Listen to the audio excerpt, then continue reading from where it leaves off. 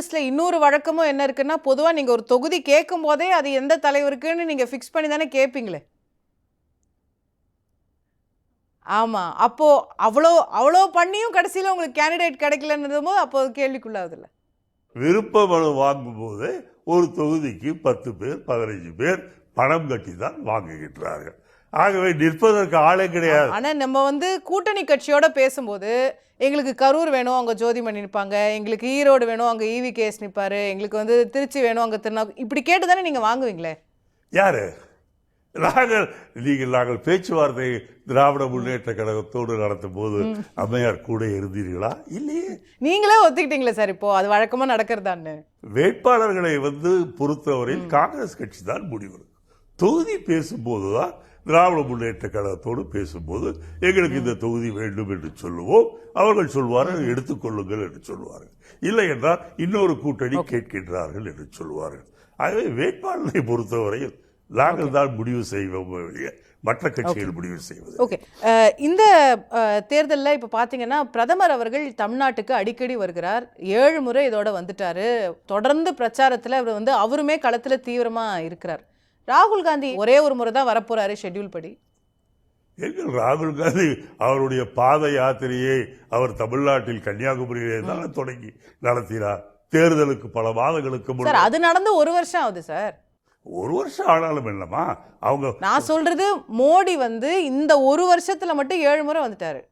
நீங்கள் மோடி அவர்கள் இந்த நாட்டினுடைய பிரதமராக இருந்தாலும் ஒரு வேலை இல்லாத பிரதமராக இருக்கின்றார். முடிந்தால் வெளிநாட்டுகளுக்கு செல்கின்றார். இல்லை என்றால் எங்கெங்க மணிப்பூருக்கு போகணும், அங்க போகணும்னா அங்கெல்லாம் போக மாட்டார். எங்க நல்ல சாம்பார் ரசம் இதெல்லாம் கிடைக்குதோ அங்கே வராரு.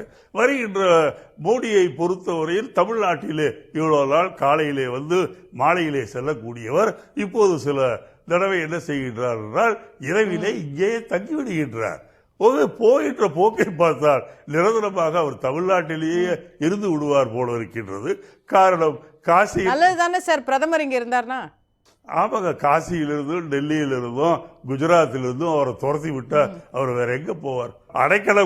அடைக்கலம் கொடுக்கிற ஒரே நாடு தமிழ்நாடு தான். பிஜேபி என்ன சொல்றாங்கன்னா ராகுல் காந்தியே யூபில இருந்து துரத்திட்டாங்க, அதனால தான் அவர் வயநாட்டுக்கே வந்தாரு அப்படிங்கிறாங்க. யூபியிலிருந்து துரத்திட்டாங்க, வயநாட்டுக்கு வந்தாரு. நீங்கள் 2 தொகுதிகளிலே போட்டியிடுவது என்பது அது ஒரு சாதாரணமாக நடக்கக்கூடிய விஷயம். ஏன் இந்திரா காந்தி அவர்கள் சிக்மங்களூர் இந்த முறை அவர் அமேட்டியில் நிக்க போறாரா? அவர் அங்கே நிற்பார்ன்றது உங்களுக்கு 2-3 நாட்களில் நான் சொல்கின்றேன். இல்ல 2 தொகுதின்னு போன வாட்டி அறிவிச்சு நின்னாரு. அதுல அமேட்டி போச்சு, வயநாடு தான் ஜெயிச்சாரு. இந்த முறை 2 நிப்பாரா? அமைதியில் நிற்கிறாரோ இல்லை வேற எங்கேயாவது நிற்கின்றாரோ? ஏன் ஒருவேளை மோடிக்கு எதிராக காசியிலே நிற்பதற்கு கூட வாய்ப்பு இருக்கின்றது. ஓ, காசியில் ராகுல் காந்தி, வயநாட் அமேட்டியில ராபர்ட் வதேரா நிக்கணும்னு விரும்புறாராமே. எல்லாரும் தான் விரும்புவாங்க. யார் எலெக்ஷன்ல நிக்கிறதுக்கு விரும்பலன்னு யாராவது சொல்லுவாங்களா? அவங்களுக்கு ஆசை இருக்கத்தான் செய்யும். நிற்க வேண்டும் என்றுதான் விரும்புவார்கள். விரும்புவதில் தவறில்லை, கிடைப்பதில் தான் பிரச்சனை.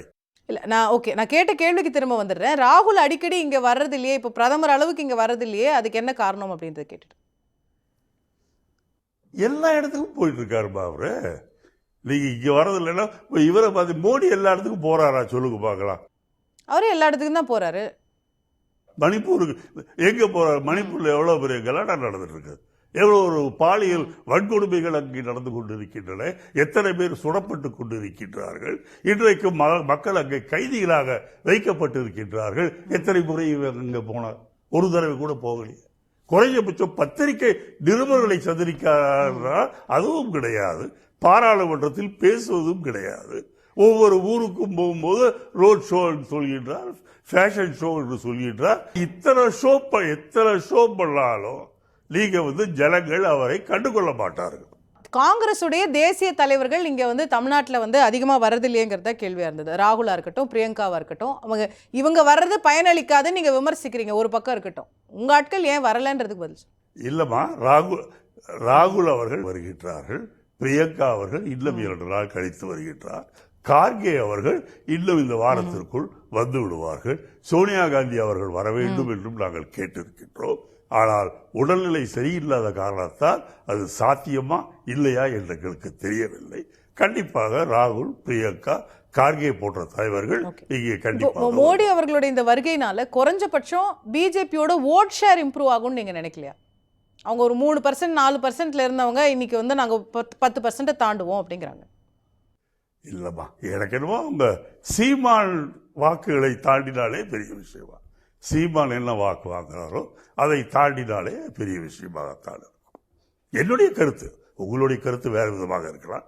நீங்கள் கேட்டீர்கள், நான் சொல்லேன், அவ்வளவுதான். அண்ணாமலை சொல்றாரு இந்த எலெக்ஷனுக்கு அப்புறம் அதிமுக முடிஞ்சிரும், அதிமுக இருக்காது அப்படிங்கிறாரு. அவருடைய பார்வையா சொல்றாரு. ஏற்கிறீங்களா?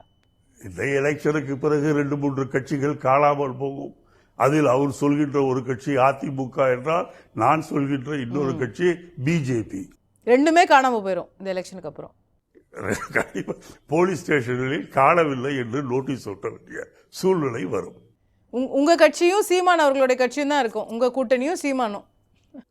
ஏங்க, கம்யூனிஸ்ட் கட்சி இருக்கும், விடுதலை சிறுத்தைகள் இருப்பார்கள், மிகப்பெரிய மக்கள் இயக்கமாக இருக்கின்ற மிகப்பெரிய மக்கள் இயக்கமாக இருக்கின்ற வாசனுடைய இயக்கமும் இருக்கும்.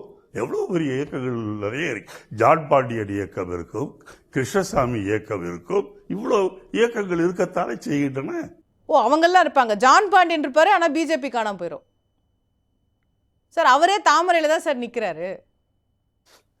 அதனால தாமரையில் நிற்கிறாருமா, நின்னா கூட அவருக்கு ஏதோ அந்த தொகுதியில் சில ஆயிரம் ஓட்டுகள் உழுவதற்கான வாய்ப்புகள் உண்டு. காரணம், அந்த பகுதியிலே அவர் பல ஆண்டுகளாக தொடர்பு வைத்திருப்பவர். வித்தியாசமா இருக்கு. அப்ப பிஜேபியோட கூட்டணி கட்சியெல்லாம் நீங்க வந்து ஆதரிக்கிறீங்க, பிஜேபி மட்டும் இருக்காதுன்றீங்க. நான் ஆதரிக்கலமா, இருப்பாங்கன்னு சொல்றேன்.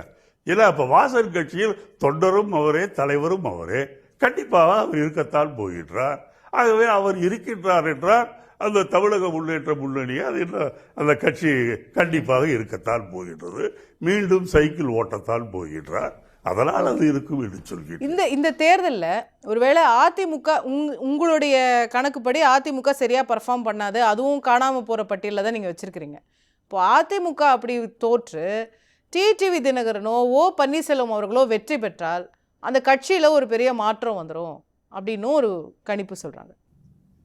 இல்லைம்மா, எனக்கு நீங்க ஏடிஎம்கே இல்லாமல் போகும் என்று இவர் சொல்கின்றாரே பாரதிய ஜனதா கட்சி என்று நீங்கள் கேட்டதால் அதை சொன்னேன்.